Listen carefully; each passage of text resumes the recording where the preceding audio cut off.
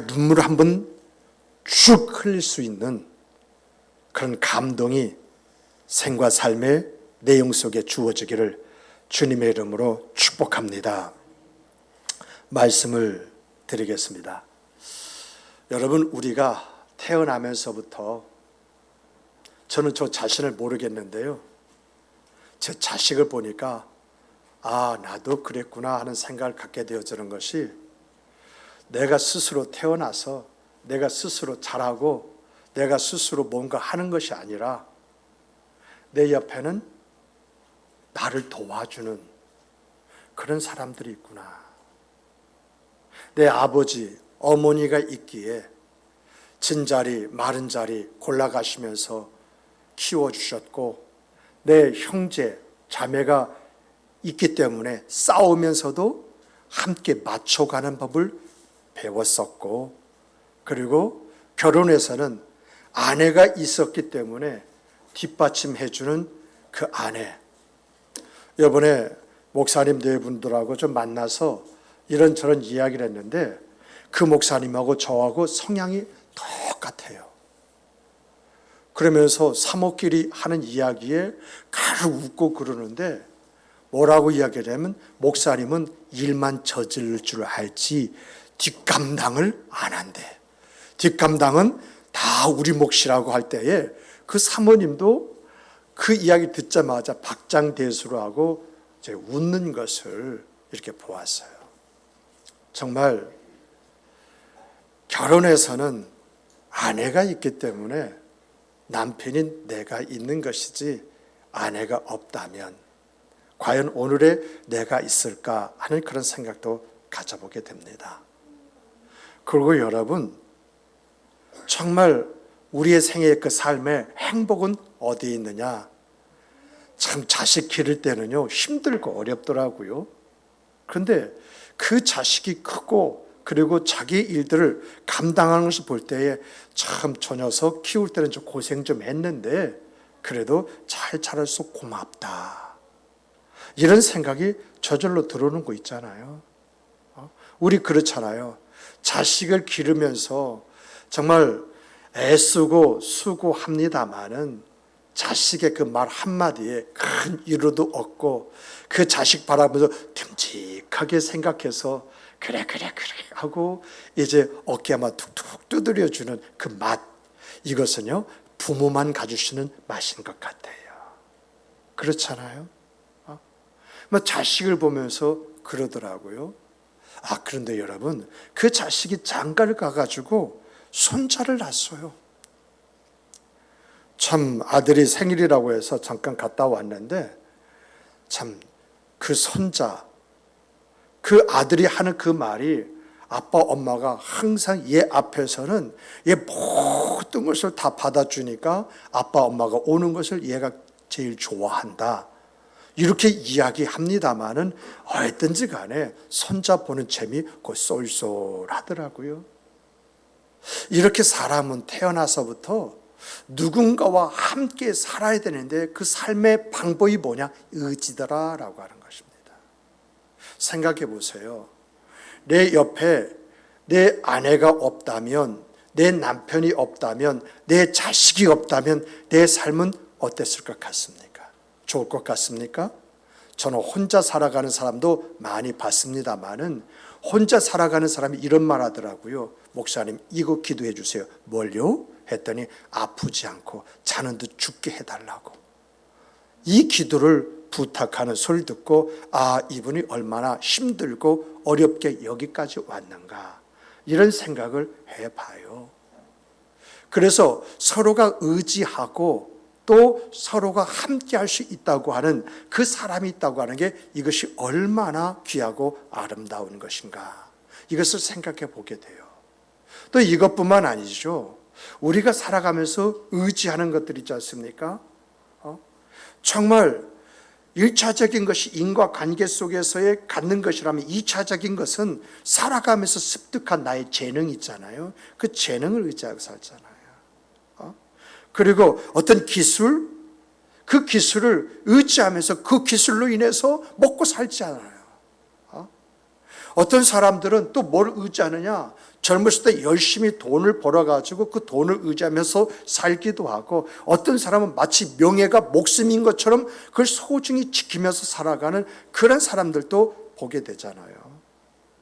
이렇게 사람은 태어나서부터 사람의 인과관계에서 의지하면서 살아갈 수밖에 없는 존재이고, 또 세상에서 무엇을 하면서 그것을 의지하면서 자기 존재를 발견하는 그런 생각, 그 삶을 살 수밖에 없다라고 하는 것을 생각을 해보게 되어집니다. 그런데 여러분, 이렇게 우리가 이제 태어나서부터 사람을 의지하고 또 내가 살아면서 내가 갖게 된 것을 의지하면서 살 수밖에 없습니다만, 이게 전부입니까? 제가요, 저희 부모님이 돌아가셨어요. 저는 저희 아버지를 엄청 사랑했어요. 아버지가 제가 잘못해서 따구를 한 대 때리시는데 그걸 맞았어요. 딱 맞았을 때에 울었습니다. 아파서 우는 것이 아니라, 맞은 것 때문에 우는 것이 아니라, 내 아버지가 이렇게 힘이 없으신가. 젊었을 때에는 그저 지구단위 체육대회 축구 가가지고 우승컵도 타오시고 트로피도 타오시고 그래 했던 분이, 어느 날 내가 잘못해서 나를 따구로 한 대 딱 때리시는데 그 아버지가 그렇게 힘이 없다고 하는 이 사실 앞에서 얼마나 울었는지 모릅니다. 그 이후부터는 아버지 말에 예만 있을 뿐이지 아니오가 없었습니다. 그런데 그렇게 내가 좋아하고 사랑하는 아버지가 돌아가셨는데, 제가 서울에서 목사로 있으면서 장례를 한두 번 지내봤겠습니까? 부목사면요, 수석 부목사는 장례 전문 담당입니다. 지금도 장례 일어나죠. 아무것도 없어도 장례에 대한 말씀, 장례에 대한 모든 부분이 풍성해요. 그런데 여러분, 아버지가 제가 올 때까지 기다리시다가 딱 오자마자 나를 한번 응시하더니 꼭 하고 돌아가시는데요, 정신이 나가버리더라고요. 장례를 치르시면서 내가 웃어본 적이 없어요. 그리고 얼마나 힘이 들었던지, 제가 부목사임에도 불구하고 1년 휴직을 마음을 먹고 휴직을 결정했는데, 하나님께서 저에게 둘째라는 위로를 주심으로 인해 가지고 제가 회복되어지는 그런 일들이 있었거든요. 정말 주변에 보니까 저희 동기 목사님, 사랑하는 아내를 잃고 지금 혼자 사는 그런 동기 목사도 있어요. 그런데 그런 이야기를 들을 때 저희 집사람이 좀 아프잖아요. 항상 그 친구는 저만 만나면 훈수를 하는 거예요. 사모 잘 케어해라. 사모 잘 도와라. 나 봐라. 집사람이 가고 나면서 이게 인생이냐?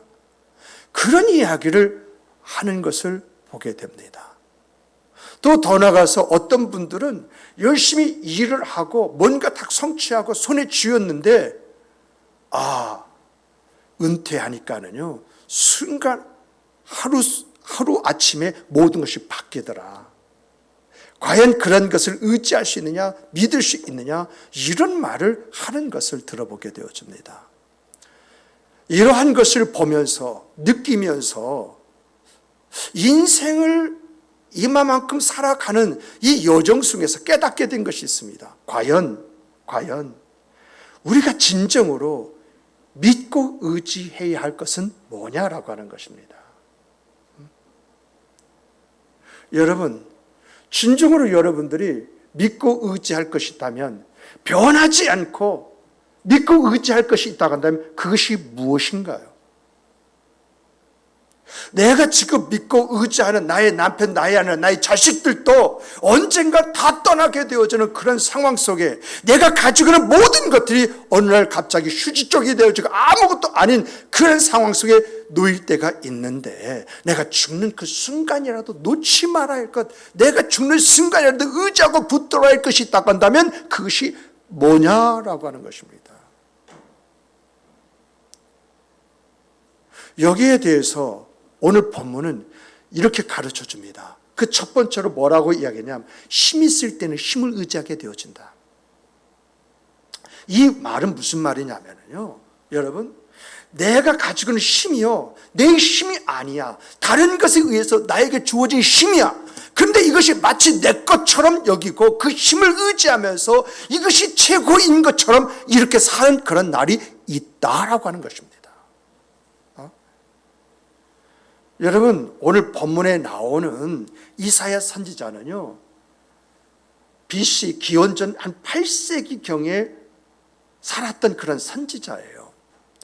그런데 이 선지자는요, 4명의 왕이 거쳐갑니다. 이 4명의 왕이 이제 거쳐가는데, 첫 번째 왕이 우시야, 그 다음에 요담, 그 다음에 이제 아스, 그 다음에 히스기야입니다. 4명의 왕이 한 나라를 통치해 감에 있어서 동일한 선지자로 사역을 했습니다. 그런데 이 이사야가 사역할 당시에 근동, 이제 중동 지방에 어떤 일이 있었느냐라고 한다면은, 여러분, 이집트가 그때 강대국이었습니다. 오늘날 보면은 아마 미국이나 중국 정도 되지 않을까 이렇게 생각을 하거든요. 그런데 이 이집트가 국내 문제로 인해서 외부에 전혀 신경 쓸 수가 없는 그 상황에 놓여 있습니다. 그리고 그 당시에 실은 강대국이 아수르였었거든요. 이 아수르에서는요, 정권이 바뀌면서 누가 왕이 될 것이냐 하는 그 문제 때문에 내전이 일어나 버렸어요. 그러다 보니까 그들이 통치하고 다스린 주변 국가들 있지 않습니까? 거기에 신경 쓸 여력이 없는 것입니다. 이렇게 강대국들이 굉장히 힘들어했을 때에 주변 국가라 말할 수는 북이스라엘이나 남유다, 남왕국 유다나 할 것 없이 이 두 나라가 상대적으로 자유스러워지니까, 조공도 안 바쳐도 되니까 그걸 국력의 쏟아붐으로 인해서 이제 나라가 막 신장하는 거예요. 이렇게 국가가 발전을 하다 보니까, 여러분, 역사적으로 국가가 잘 되거나 사람이 잘 되어지면요, 꼭 따라오는 것이 있어요. 그 따라오는 것이 뭐냐? 국가적인 것은요, 종교적인 타락이 옵니다. 그리고 개인적으로는 도덕적인 타락이 와요. 이것은요, 북이스라엘이나 남한국 유다나 할 것 없이 동일하게 주어집니다. 종교적인 타락이 주어지고 도덕적인 타락이 주어집니다. 하나님의 백성이라고 하는 그 모습이 있어야 되는데, 하나님의 백성의 모습을 찾아볼 수가 없는 그런 상황에 들어섭니다. 이러할 때에 아수르가 왕위 쟁탈전에서 모든 것을 정리하면서 글라셋 빌레셀이라고 하는 3세가 아수르의 그 모든 패권을 손에 쥐어버립니다. 그러자 팔레스틴 이 지역이요, 급변하게 변해버리는 거예요. 왜냐하면 이 아수르 그 왕이요, 그 나라를 평정하고 힘을 기르면서 정복 전쟁에 나섰거든요. 주변 나라를 막 침략하는 거예요. 그러다 보니까 아람이라는 나라하고 북이스라엘 나라가, 야, 우리가 이 아수르의 서진 정책을 막아야 되지 않겠느냐, 우리의 힘으로는 부족하니까 남유다도 포함시키자 해가지고 남유다에 사신을 보내가지고, 우리가 아수르의 서진 정책을 멈추게 해야만이 당신도 우리도 함께 살 수 있지 않느냐, 이렇게 방향을 제시하는데, 그때에 남왕국 이제 왕이 누구냐? 아하스였었어요. 이 아하스가 이 요청을 거절해버리고 우리는 아수르와 함께 갈 것이다, 이렇게 이야기하는 것입니다. 자, 그러다 보니까 여러분, 맨 위에가 아수르가 있어요. 그 다음에 아람 나라가 있고요. 그 다음에 북이스라엘 있고 맨 뒤에가 뭐가 있어요? 남유다가 있는 거야. 그러면 여러분 아람과 북이스라엘 입장에서 보면은 우아래가 적이야. 그러면 여러분 같으면 어떻게 해야겠습니까? 아수르는 대항해가지고 싸울 만한 힘이 없지만은 이 남유다는 싸워서 이길 힘이 있다고 생각을 하는 겁니다. 그래서 아람과 북이스라엘 연합해서 남유다를 쳐들어와요. 상황이 이렇게 되자 남한국 유다 왕이 어떻게 하느냐 하면은 블레셋의 아수르의 사람을 보내가지고 우리가 이런 상황이 있는데 우리를 좀 도와달라 이렇게 요청을 하거든요. 그래서 아수르가 아람을 칩니다. 그러니까 이 아람과 북이스라엘 아차하고 어떻게 합니까? 그 막귀에서 가다가 보니까 남유다 침략을 멈추게 되어지죠. 이런 것으로 인해 가지고 아람 나라가 망합니다마는 결국은 722년에 BC 722년 북이스라엘도 망해요. 이렇게 패권이 막 왔다 갔다 하는 그런 상황 속에서 이번에는 이집트가 나라를 정비해서 힘을 갖게 되어집니다. 당시에 팔레스틴은 전통적으로 애굽에 속해서 애굽과 함께 번영을 이루었던 그런 나라들이거든요. 그런데 아수르에 의해 가지고 결국 아수르에게 조공을 바치며 협력할 수밖에 없는 그러한 지경에 이르렀는데 이집트가 회복이 되어지는 거예요. 그러자 그 주변에 있는 국가들이 이집트와 함께 동맹을 맺는 것입니다. 그 중에 히스기야도 포함이 되어져 있어요. 이런 상황이다 보니까 여러분 그 당시에 아수르 왕이 누구냐? 사네립이거든요. 사네립이 괘씸한 거야. 이거 그냥 놔둘 수가 없는 거야. 그래서 일벌백계 차원에서 어디를 침략해요? 남유다를 침략합니다. 예루살렘을 2번 침략을 해요.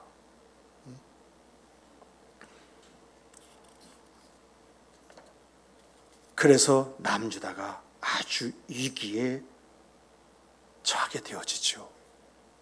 이러한 것을 이사야가 본 거예요. 우시야, 요담, 그리고 아스, 그리고 히스기야 이 시대까지 이것을 보면서 오늘 본문에서 왜 이런 일이 일어나게 되었느냐, 그것을 이야기하는데 3가지로 이야기합니다. 첫 번째로는요, 이 남왕국 이스라엘 백성 입이 더럽다는 겁니다. 참 이런 것을 보면서 우리가 신앙 안에서 어떤 말을 하고 살아야 될지 참 이것을 발견하게 되어지는데요. 여러분 말 조심하십시오. 우리 믿는 사람들은요, 안 돼도 잘 된다 이렇게 말을 해야 잘 되는 줄 믿으시기 바랍니다. 잘 될 때에 그거 뭐 내가 한 것이지 이렇게 말을 하게 되어지면 그 말을 하나님이 들으십니다.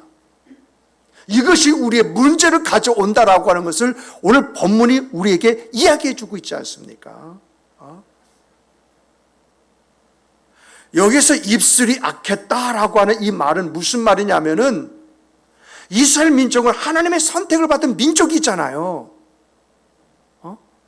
그런데 이 민족이 잘 될 때나 못 될 때나 하나님을 찾지 않았다는 거예요. 하나님을 찾는 대신에 자기의 쾌락을 이제 찾으면서, 이러면 세상에서 자기 어떤 것을 충족시키려고 하는 거 있잖아요. 그런데 세상에서 자기 어떤 것을 충족시키려고 했을 때 그 충족이 잘 되어집니까? 자기 마음대로 되지 않으니까 그때서 하나님이 계시다면 어찌 내게 이런 일이 있을 수 있어? 불평하고, 과연 하나님이 있는 거야 없는 거야? 하나님이 있다고 한다면 우리를 이 나라까지 주시고 말이야 이렇게 가만히 놔둘 수 있어? 그래도 하나님 멀리 계시고 다른 건 가까이 있는 것처럼 이렇게 느껴져 버렸다는 것입니다. 그러다 보니까 이스라엘 백성들 그 입에는 불평과 불만이 가득 쌓였다는 것입니다. 정말 이 남한국이라는 나라가요, 대내적으로 대외적으로 안정되어진 것은 바로 하나님의 은혜임에도 불구하고 그들은 잘 될 때는 자기가 잘해서 자기들이 능력이 있어서 그렇게 된 것으로 알고 있고요. 또한 그 나라가 좀 불편하고 힘들어지면 하나님이 우리를 택하셔놓고 하나님의 백성이라고 해놓고 왜 가만히 있느냐? 하나님이 있는 것이냐? 없는 것이냐? 하나님이 없으니까 이런 부분을 우리를 막아주지 않는 거 아니겠느냐? 우리를 도와주시지 않는 거 아니겠느냐? 이런 생각을 가졌다는 것이, 이런 말을 했다는 것입니다.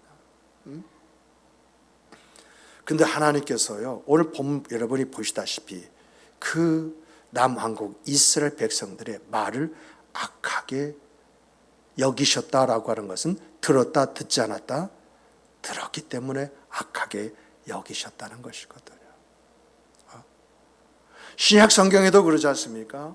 우리가 무슨 말을 하든지 그 말로 인하여 하나님의 심판 앞에서 심판을 받는 그 날이 있다라고 우리 주님께서도 말씀하셨잖아요. 정말 우리 말 한마디가 얼마나 중요한가라고 하는 것은 여러분 성경에서 많이 찾아볼 수가 있습니다. 그러므로 말을 한마디 하더라도 걸러서 말하고 내 감정적인 그런 말을 하는 것보다도 이성 안에서 말을 하고 이성으로 말하더라도 신앙으로 말을 할 줄 아는 여러분과 제가 되기를 주님의 이름으로 축복합니다. 축복합니다. 둘째를 보면은요, 뭐가 그들에게서 문제였느냐? 그들의 행위가요, 하나님이 통탄할 정도로 악했다 이렇게 말합니다. 통탄할 정도로. 왜 통탄이라고 이렇게 붙이냐면요, 여러분 우리가요 하나님의 사람이라면 하나님의 뜻을 중시하고 그 뜻 안에 살기 위해서 애를 쓰고 수고하고 노력을 해야 되는 거 그거 맞잖아요. 그런데 여러분, 내가 하나님의 뜻대로 산다고 하면서 우리 교회 앞에다가 불상을 갖다 놨어요. 우리 교회 앞에 있지 않습니까? 도로 입구 층층에다가요, 예를 들어서 불상 뭐 조그만 거 큰 거 없이 딱딱 갖다 놓으면 보기 좋지요. 이랬다고 가정해 보십시다. 그리고 여기 앉아서 할렐루야 하고 예배 드린다고 했을 때에 우리 마음은 진정 어디에 있는 것인가요? 하나님이 있는 것인가요? 불쌍하게 있는 것인가요? 지금 이스라엘이 그랬다는 것입니다. 여러분, 하나님의 성전은 뭐 하는 곳입니까? 하나님 앞에 예배하는 곳이잖아요. 그렇잖아요. 그런데 아하스 왕이 아수르를 다 가서 보니까 아수르가 이렇게 부강한 나라가 되었던 이유가 뭐냐? 아수르 사람들이 이러한 신을 섬기는구나 해가지고 그 신을 수입해가지고 어디다가 설치했느냐? 성전 안에다 설치해버렸어요. 그리고 남유다 백성에게 너희들이 하나님을 이제 향해서 예배할 때 지나가면서 이 신상에게 절을 하고 이 신상에게 제사하고 하나님 앞에 나가서 예배드려라. 이게 왕의 명령이에요. 이스라엘 사람들이 어떻게 했겠어요? 왕의 명령은 군사들이 따르게 있고 힘이 있기 때문에 그들 앞에서 그럴 수밖에 없는 문제가 있지 않겠습니까? 이러한 것을 볼 때에 하나님이 얼마나 가증하게 여기겠어요. 우상 숭배 그 자체를 싫어하시는데 하나님 앞에 예배하는 그 예배 처소에다가 신상을 떡하니 갖다 놓고 그 신상에게 예배하라. 이것이 과연 옳은 것입니까? 이것이요, 여러분, 오늘 우리가 예수를 믿는다 하면서 세상을 섬기는 것과 뭐가 다를 바가 있겠습니까? 하나님이 나에게 주시는 것이 있습니다. 하나님 그걸 주십시오 라고 이렇게 기도하고 그걸 소망하면서 세상에 나가서는 세상적인 방법으로 그것을 얻고 취하려고 하는 것과 무엇이 다르겠느냐. 그래서 성경은 두 마음을 품지 말아라. 두 마음을 품지 말아라. 오늘 우리들의 우상이 뭡니까? 돈이잖아요. 돈. 우리 주님께서 뭐라고 말씀하셨습니까? 우리가 두 주인을 섬기지 못한다 말씀하시면서 하나님은 돈이면 돈이다. 우리의 마음속에 무엇이 있느냐? 그것을 우리는 섬기는 것이다 라고 이야기하시지 않습니까? 이렇게 그들의 행위가 악했었다라고 이렇게 이야기를 해요. 세 번째 악한 것이 뭐냐라고 할 때 지도자가 악했었다라고 이야기를 합니다. 여기서 지도자가 악했었다고 하는 것은요, 뭐냐라고 할 때 여러분 이스라엘 역사를 보면은 뭐가 분명하냐면은 어떤 왕에게 하나님께서 은혜를 부어주셨고 어떤 왕을 징계하셨는가 이것이 분명하잖아요. 우리가 아는 대로 다윗과 같이 선한 왕에는 하나님이 함께 해주셨어요. 그들이 말할 수 없는 그런 상황 속에 왕이 올랐다 할지라도 그 왕이 함께 지켜주시고 그 나라를 보호하시고 인도해 주셨어요. 심지어 하나님께서 나를 망하게 하겠다고 외치고 이야기하셨음에 불구하고 그 선한 왕 한 사람 때문에 하나님께서 그것을 딜을 시키셨어요. 그런데 아무리 좋은 시대에 왕이 되었다 할지라도 그 왕이 악하게 행동했으면 그 나라가 어떻게 되었느냐, 이거 우리가 성경을 통해서든가 이스라엘 역사를 통해서 볼 수 있는 것이잖아요. 그렇잖아요. 그러면 우리도 이렇게 볼 수가 있는데 당시 이스라엘 백성은 이것을 보지 못했다는 것입니다. 특별히 지도자가 되어진 사람들 있잖아요. 지도자가 되어진 사람들이 어떻게 했습니까? 하나님의 뜻을 따라서 하나님의 방법대로 그 나라를 통치하고 다스려야 되는데 어떻게 통치하고 다스리나요? 하나님의 뜻은 상관없이 백성의 눈치를 보면서 백성의 기호에 맞춰서 통치하고 다스리는 것입니다. 이것을 볼 때에 왕을 세워주신 분도 하나님이시고 역사를 통해서 가르쳐 주시는 분도 하나님이신데 오히려 그 하나님보다는 백성에게 눈치를 보면서 백성의 기호 맞춰가지고 백성들이 원하는 것을 하는 그런 악을 저질렀다고 이렇게 이야기합니다. 그래서 오늘 본문에 보면 3대 악이 나오는 거예요. 3대 악. 그런데 이러한 이스라엘의 모습이요, 이런 이스라엘의 모습이 오늘 우리들 안에도 있잖아요. 하나님을 찾아야 할 때 찾고 하나님께 기도해야 할 때 기도하고 하나님을 의지해야 할 때 의지해야 되는데 하나님을 의지한다고 하면서 세상을 의지하고 하나님을 믿는다고 하면서도 여러분 근심과 염려와 걱정에 사로잡혀 있고 그 안에서 내 인생은 왜 그래? 하나님 계신 거야? 없는 거야? 이런 불평과 불만을 일삼고 있지 않아요. 저는요 이러한 것을 보면서 한 가지 깨닫는 것이 있어요. 예를 들어서요, 여러분과 제가요 소고기를 좀 먹고 싶어요. 소고기. 야, 소고기 한 근 맛있는 부위 떠다가 먹었으면 참 좋겠다. 근데 왜 소고기 맛있는 부위를 떠다가 구워서 먹었으면 좋겠습니까? 내가 그 소고기 한 근을 떠다가 먹음으로 인해서 내가 힘을 내서 하나님이 내 주신 인생을 성실하게 하나님이 나에게 맡겨준 일을 최선을 다하리라. 이게 하나가 있을 수 있고요. 먹고 싶으니까 먹는 거지 하고 사서 먹을 수가 있어요.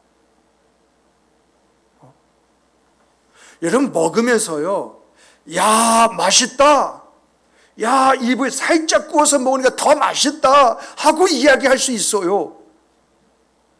그런데 그렇게 맛있게 먹을지라도 똑같이 먹을지라도요 여러분 결과는 달라요.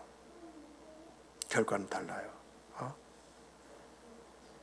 다시 말하면요, 소고기 한 근을 먹고 싶다 했을 때에 내가 하나님 안에서 건강을 위해서 먹는 것과 그냥 먹고 싶어서 입맛 땡겨서 먹는 것은 차이가 있다라고 하는 그런 이야기예요.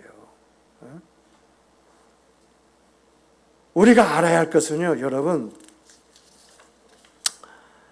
내가요 나를 드러내기 위해서 돈을 벌어 큰 돈을 가지고 성공한 것과 내가 하나님의 일들을 위해서 하나님께 기도했더니 하나님께서 그 돈을 내게 주심으로 말미암아 그 돈을 갖게 된 것은 달라요. 우리가 똑같이 이 세상을 살아가고 똑같은 삶을 산다고 할지라도 내가 왜 사느냐? 그 삶의 목적에 따라서 내가 달라지게 되어져 있어요. 이스라엘 백성은요, 자기 자신들 위해서 살다 보니까 자기 자신들이 중요한 것이지 하나님이 중요한 것이 아니었어요. 그러니까 나타난 결과 앞에서 자기의 모습을 취할 수밖에 없는 것이었거든요. 그래서 성경은요, 우리가 어떤 생각을 가지고 어떻게 행동하느냐 그 열매를 여러분과 제가 먹는다 이렇게 이야기하고 있어요. 여러분 10절 한번 보세요. 10절 보면은 의인은 행위의 열매를 먹을 것이요 라고 이렇게 이야기하면 11절 악인은 그의 손으로 행한 대로 보응을 받을 것이다 라고 이렇게 이야기하고 있어요. 이게 무슨 말이냐라고 하는 것입니다. 내가 소고기 한 그릇 먹는다 할지라도 그 먹고 싶은 것이 내가 건강해야만이 주의 일을 힘써서 할 수 있지 않느냐. 그러므로 나에게 소고기가 필요하다. 하나님 소고기 한 건 먹게 해주세요 하고 먹는 것과 입맛이 땡기니까 먹는 것과 먹는 거의 마음가짐도 다를 뿐만 아니라 먹는 내용도 다르게 되어지고 먹고 나서 하는 행동도 다르게 되어져 있다라고 하는 것입니다. 그러면 중요한 것은 어떤 마음으로 내가 신앙생활을 해야 할 것이냐? 어떤 마음으로? 어떤 마음으로 신앙생활을 해야 할 것이냐라고 할 때 여러분과 저는 하나님이 원하시는 말을 하는 성도가 되시기를 주님의 이름으로 축복합니다. 정말 여러분과 저는요, 행과 올바른 그런 행위로 말미암아서 하나님을 기쁘게 하는 그 성도들이 되시기를 주님의 이름으로 축복합니다. 또 여러분들은요, 지도자의 그 말이라는 말이 있습니다. 지도자가 여러분의 눈치를 보지 않고 지도자가 자기의 소견을 가지고 믿음 안에서 그 일을 감당할 수 있도록 후원해 주시는 여러분 되시길 주님의 이름으로 축복합니다. 네, 축복합니다. 두 번째는요, 여러분 우리가 살면서요, 삶이 가르쳐주는 진리가 있어요. 그렇죠? 여러분 지금까지 신앙생활하면서 체험이라는 거 있지 않습니까? 이 체험이 우리에게 가르쳐 주는 것이 있는데 그 체험을 가슴에 품고 살아야 된다는 것입니다. 우리는요, 많은 부분에 다양한 하나님의 살아계심과 일하심과 역사심에 대한 체험, 그 은혜가 있음에도 불구하고 그 은혜를 잊고 살아가는 이유가 뭐냐라고 할 때에 가슴에 두지 않기 때문에 이게 굉장히 커요. 여러분, 이 사야가 사역할 때 흥미스러운 일이 하나가 쫙 보여요. 여러분, 이 사야가 첫 선지자로 사역할 때 우시야 왕 때라고 그랬죠. 우시야 하면 딱 생각나는 게 뭘까요? 문둥병이잖아요. 어떻게 해서 문둥병 걸렸나요? 우시야는 선한 왕 중에 하나예요. 선한 왕 중에 한 사람은 들어가요. 근데 왜 문둥병에 걸렸느냐라고 할 때에 잘 될 때에 조심해야 됩니다. 제사장만이 성소에 들어가서 이제 그 단 앞에 불을 지필 수 있는데 왕이라고 해서 그 권위를 가지고 등불에 이제 그 향을 살랐을 때에 그것을 인해서 그가 문둥병이 됩니다. 문둥병이 되자 왕에서 폐위당하고 별궁에서 살다가 결국 죽어서 선조들이 묻히는 그 무덤에 들어가지 못하고 다른 곳에 묻혀버리는 그 불운을 겪잖아요. 이것을 누가 봤느냐? 그 아들 요담이 봤어요. 요담이 보고 이야, 하나님 앞에서 내가 어떤 모습을 가져야 되느냐, 이것을 배웠거든요. 그래서 철저하게 하나님 안에서 하나님 말씀하신 대로 신앙의 그 삶을 살기 위해서 애를 쓰고 수고하고 노력하는 가운데에 그의 아들 아하스가 왕위를 물려받습니다. 근데 이 아하스는 무언가 왕으로서 그 나라를 부군 강변을 이끌기를 원하는 간절한 마음이 있었던 것은 좋았습니다만 방법이 잘못됐어요. 어느 날 아수르 왕이 불러서 갔습니다. 가서 보니까 아수르가 정말 대단한 나라예요. 어떻게 해서 이러한 나라가 될 수 있을 것인가 했더니 아수르 백성의 신앙심을 보한 거예요. 신앙심. 이것을 보고 우리도 이 아수르 그 신을 도입해서 우리가 섬긴다면 이렇게 부국강변을 이룰 수 있지 않느냐, 이 마음 가지고 성전까지 더럽힌 사람이. 그래서 여러분, 남유다에서 가장 악독한 왕은 므낫세 꼽습니다. 므낫세 버금가는 사람을 꼽으라면 이 아하스를 꼽아요. 왜요? 성전을 더럽혔다는 것 때문에.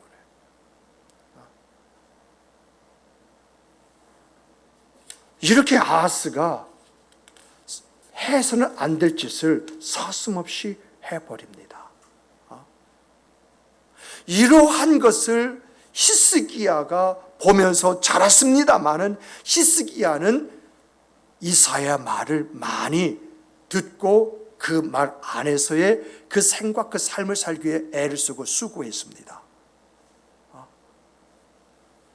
그래서 이 히스기야는 왕이 되어지면서 뭐죠? 종교 개혁을 일으키면서 이제 신당, 즉 신당 그 산당을 다 회파해버리고, 심지어 이 히스기야가 다윗도 하지 못하는, 여러분 모세가 이제 광야에서 구리뱀 있지 않습니까? 그 뱀을 없애지 못했어요, 다윗도. 그런데 이 히스기야가 그걸 없애버려요. 그리고 유월절을 회복시키고 절기를 회복을 시킵니다. 그리고 자연스럽게 하나님 믿고 섬기면서 아수르 조공을 폐지시켜버려요.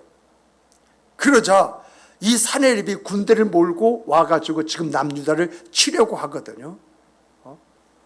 처음 공격을 했을 때 아이고 제가 잘못했습니다, 이제 이야기한 대로 그대로 순종하겠습니다, 이렇게 해가지고 이 사내립이 요구하는 금, 은, 보석을 다 챙겨가지고 줬습니다마는 사내립이 군대를 그냥 주둔시키면서 부하에게 이제 히스기야를 죽여라, 그리고 그 백성을 다 끌어다가 노예로 삼아라 하고 명령 내리고 가요.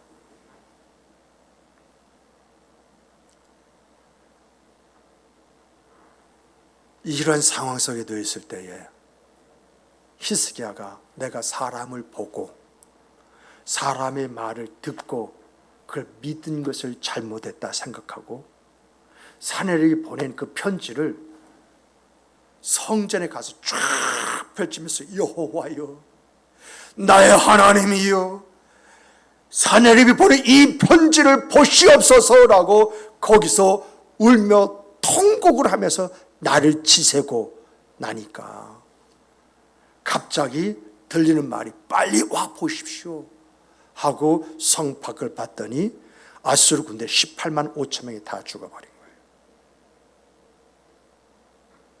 히스기야가 한 것은 뭐밖에 없다고요? 성전에 들어가서 주여 보시옵소서, 내 형편과 사정을 보시옵소서, 이것밖에 한 것이 없거든요. 들어가면서 이사야 선지자에게 뭐라고 이야기합니까? 내가 인산한 여인이지만 그 아이를 날 힘이 없도다, 나를 위해서 기도해달라, 그 말 한마디 남기고 성전에 들어가서 하나님 앞에 기도하지 않습니까?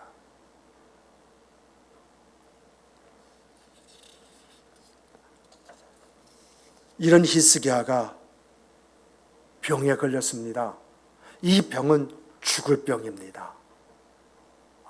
이사야가 와가지고 죽을 것입니다. 왕이 정리하십시오. 라고 할 때 이사야에서 보면은 그가 학처럼 비둘기처럼 울었다라고 이야기하면서 성경을 보면은 그 우는 것을 끝나지 않고 자기를 세워 벽 앞에 두라 하고 그가 벽을 바라보면서 기도하지 않습니까? 근데 여러분, 예루살렘을 보면은요, 그 벽이 어떤 벽이냐? 그 벽 너머에 성전이 있습니다. 그 성전에 하나님이 계신 것입니다. 그래서 이 히스기야는 하나님 앞에, 하나님, 내가 이 성전에 들어가서 예배할 수 있게 해주시옵소서. 하나님, 나에게는 다윗이 약속한 그런 약속의 말씀이 있는데 내게는 후사가 없습니다. 나에게 후사를 주시옵소서 라고 기도했습니다. 그때 하나님께서 뭐라고 응답하십니까? 내가 3일 후에 내 앞에 나와서 예배하게 될 것이다. 내가 너의 생명을 15년 동안 연장시켜 주리라. 이 말씀을 듣지 않습니까? 이러한 응답은 어떻게 해서 주어진 것입니까? 히스기야는요, 사네립이라고 하는 아수르 군대를 자기 삶 속에서 하나님이 어떻게 하셨는가, 이 체험이 있기 때문에 자기의 생명의 문제마저도 하나님 앞에 내어놓고 하나님 하고 하나님의 성전에서 예배하기 원합니다. 하나님, 우리 조상 다윗에게 약속하신 그 말씀이 이루어지기를 원하나이다. 이렇게 고백을 했다는 것입니다. 이와 마찬가지로 오늘 여러분과 저에게도 하나님 살아계심과 일하심과 역사심에 대한 체험이 있잖아요. 크고 작은 체험이 있잖아요. 여러분이 이 체험을 붙잡고 이 체험을 가슴에 두고 오늘의 여러분의 문제, 우리의 문제를 해결해 나가기 위해 힘을 기울이는 여러분과 제가 되기를 주님의 이름으로 축복합니다. 세 번째는 우리가 이러한 체험이 있고 하나님의 역사를 가슴에 있다고 한다면요, 여러분, 진정한 삶을 찾아가십시오. 하나님이 원하는 삶이 무엇이냐? 그 삶을 찾으십시오. 성경에서 말하는 의인의 기준은 뭘까요? 의인의 기준. 우리 장로님, 의인의 기준이 뭘까요? 의라고 하는 기준은 우리는 행위에서 찾습니다만은 성경에서 말하는 의인의 그 기준은요, 일에서 찾는 것이 아니라 얼만큼 하나님을 의지하고 있느냐, 여기에서 그 사람의 의를 찾더라고요. 상황에 따라서요, 어떤 때는 하나님을 의지하고요, 어떤 때는 세상을 의지하고 세상과 타협하는 것이 아니라 언제나 변함없이 하나님을 의지하는 사람, 그 사람을 가리켜서 의인이다, 이렇게 이야기하고 있는 것을 보게 됩니다.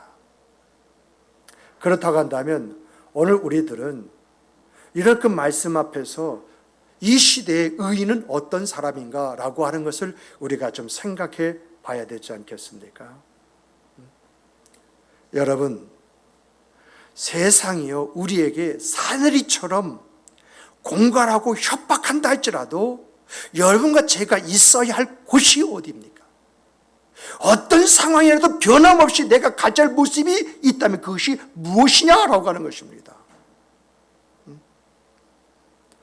여러분, 확률적으로 한번 이야기해 보십시다. 확률적으로요, 코로나가 감염된 곳이 프로테이지로 교회가 높습니까? 세상이 더 높습니까? 통계에 의하면요, 교회 안에서 일어난 이 코로나 감염은요, 세상에서 일어난 것과 비교할 수 없도록 극미한 그러한 일인데 불구하고 여러분, 우리가 왜 속아 넘어가는 것입니까? 속아 넘은 이유는요, 워낙 이 교회에 대해서 매스컴에서 떠들어대고, 그리고 더 나가서 사람의 이목을 의식하다 보니까 우리가 움츠러드는 거 아닙니까?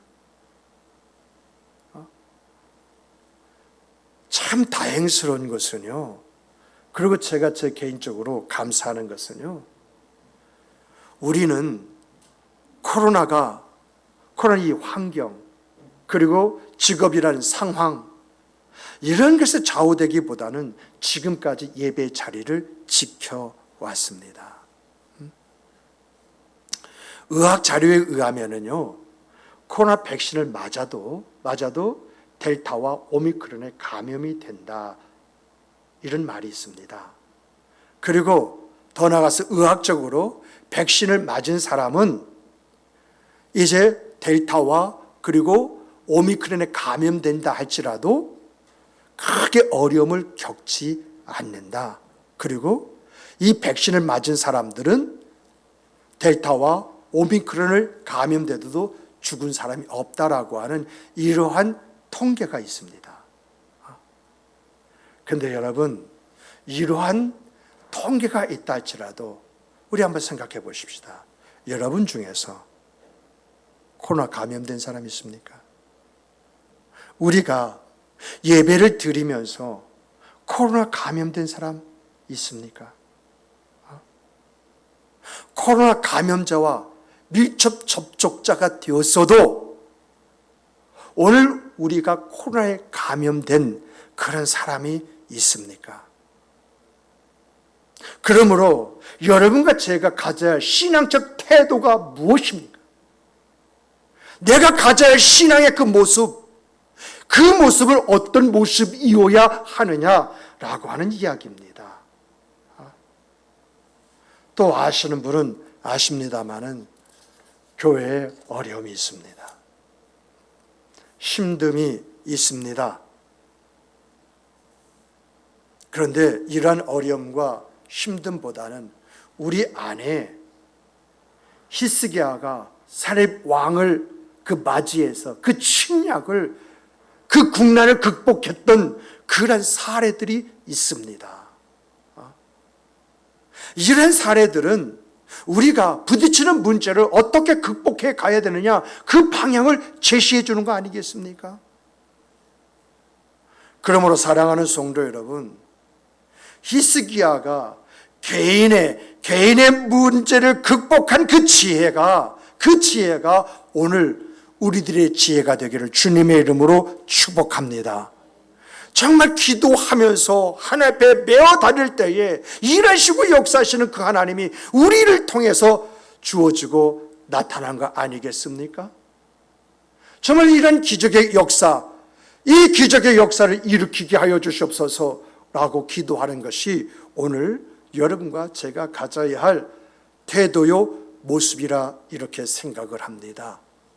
정말 우리의 생각 그 삶 속에서 내가 만난 하나님, 나와 함께 하신 하나님, 나를 위해서 일하신 그 하나님을 생각하면서 주여 일하시옵소서, 주여 역사해 주시옵소서, 주여 인도하여 주시옵소서, 이것이 여러분과 저의 기도가 되기를 주님의 이름으로 축복합니다. 축복합니다. 축복합니다. 기도하시겠습니다. 귀하신 하나님, 귀한 말씀 살피게 해주심을 감사합니다.